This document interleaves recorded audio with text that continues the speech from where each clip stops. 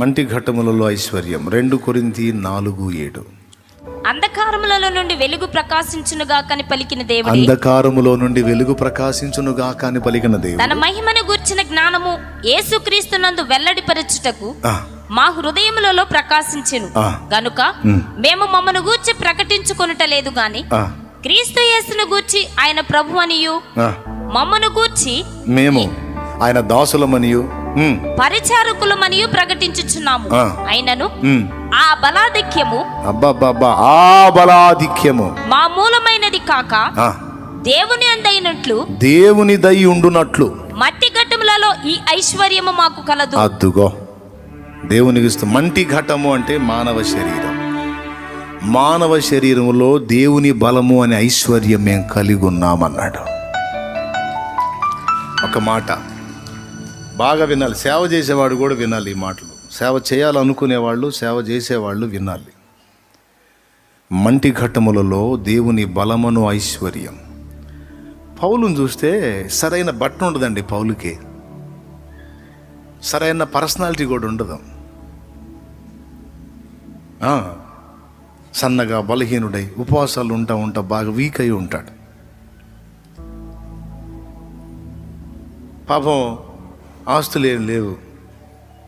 ఆ దబ్బణం ఉంటుంది, డేరాలు కుట్టే దబ్బణం. ఆ దబ్బణం అను దారం, అదే పాపం ఆయన దగ్గర. అవి వేసుకొని తిరుగుతూ ఉంటాడు. బాగానండి. అవి వేసుకొని తిరిగి ఎక్కడన్నా పని ఉంటే డేరాలు కుడుతూ ఉంటాడు. కుట్టి ఆ డేరా అయిపోయిన తర్వాత వాళ్ళు ఏదన్నా ఆహారానికి ఇస్తే తెచ్చుకొని తిని బతుకుతుంటాడు. ఇది పౌలు జీవిత విధానం. పోల్చుకోవడానికి గొప్ప ఆహార్యం లేదు, ఖరీదైన వస్త్రాలు లేవు, స్థిరమైన నివాసం లేదు. చివరి వరకు అద్దె ఇంట ఉన్నాడు. నిలవరమైన నివాసం లేదు.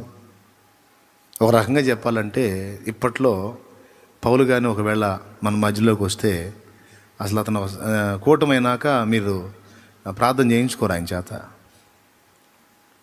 అసలు పాస్టర్ అని లెక్క కూడా చేయరు. అసలు ఆయనకి ఖరీదైన కారు ఉండదు, ఖరీదైన బంగ్లా లేదు, ఖరీదైన సూటు బూటు లేదు. సామాన్యుడు. అంటే దైవజనుడికి ఇవన్నీ ఉండటం తప్పని నేను అనట్లా. దేవునికి స్తోత్రం. దేవుని బిడ్డలు ప్రేమతో దైవజనుడికి సహకరిస్తే వాటిని తిరస్కరించకూడదు. వాడి దేవుని పని చేయవచ్చు, తప్పు కాదు.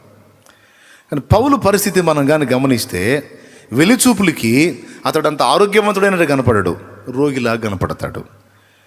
సరైన ఆహార్యము కాదు, సరైన వస్త్రము లేదు, నివాసం కూడా లేదు. ఏమన్నా కలిగి ఉన్నాడు అంటే ఆ సూది ఆ దబ్బనోను దారం తప్పే లేవు. ఇది కానీ అతన్ని మీరు ఐశ్వర్యవంతుడు అంటారా? ఒకసారి చెప్పండి, మీకు దండం పెడతాను. అతను మీరు సంపన్నుడు అంటారా? అతను ఇలా తుడుచుకొని వస్త్రాన్ని తీసుకెళ్ళి రోగి మీద వేస్తే వాళ్ళు వేసి కూర్చుంటాడు. వాళ్ళు వేసి కూర్చుంటాడు.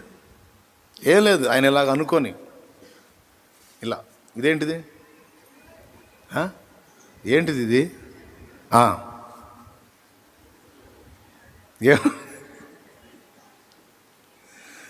ఏముంటుంది ఇందులో? అది తీసుకెళ్ళి వేస్తే, టచ్ చేస్తే మరణ పడకలో నుండి కూడా లేచి కూర్చుంటాడు. చెప్పండి, పౌలు ఐశ్వర్యవంతుడా దరిద్రుడా? లోకం దృష్టికి చాలా దీనస్థితిలో కనపడుతున్న ఐశ్వర్యవంతుడు.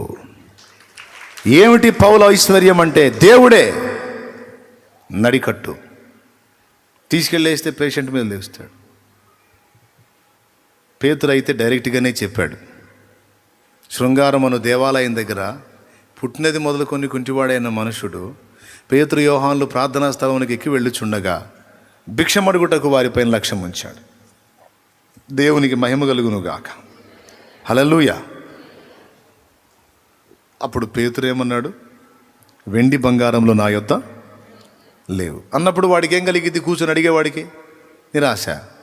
కానీ వెండి బంగారములు కూడా నీకు చేయలేని పని నేను చేస్తా, నజరేయుడగు యేసు నామములో లే అన్నాడు. పుట్టినది మొదలుకొని కాళ్ళు చచ్చుబడి పనిచేయనటువంటి వాడు దిగ్గున లేచి గంతులు వేస్తూ అరుస్తూ దేవుని మయంపరిచాడు. పేతురే చెప్పాడు, నా దగ్గర ఏదన్నా మీరు పైసలు ఆశిస్తే ఏమీ లేదు, వెండి బంగారాలు నా దగ్గర లేవు. నేను చేపలు పట్టేటప్పుడైతే ఏదన్నా నాణ్యాలు ఉండే నా దగ్గర, చేపలు బట్టి అమ్ముతూ ఉండేవాడిని, పావుల బట్టి ఉండే నా దగ్గర. ఇప్పుడు అవి కూడా ఆ వ్యాపారం కూడా లేదు, చేపల వ్యాపారం కూడా లేదు, ఇటు పక్క నుంచి రూపాయి వచ్చే మార్గం లేదు. ఇక నాకున్న ఐశ్వర్యం నేను కలిగి ఉన్న యేసు నామమున లే అన్నాడు. ఇంకా నేను కలిగి ఉన్న ఐశ్వర్యం అంటూ నాదంటూ సంపద ఏదన్నా ఉందంటే నా యేసయ్యే. ఆయన నామంలో లే అంటే ధనవంతులు కోట్లు ఇచ్చినా కాని కార్యం ఒక దీన సేవకుడైనటువంటి సీమోను పేతురు ద్వారా జరిగింది. ఇది ఐశ్వర్యం.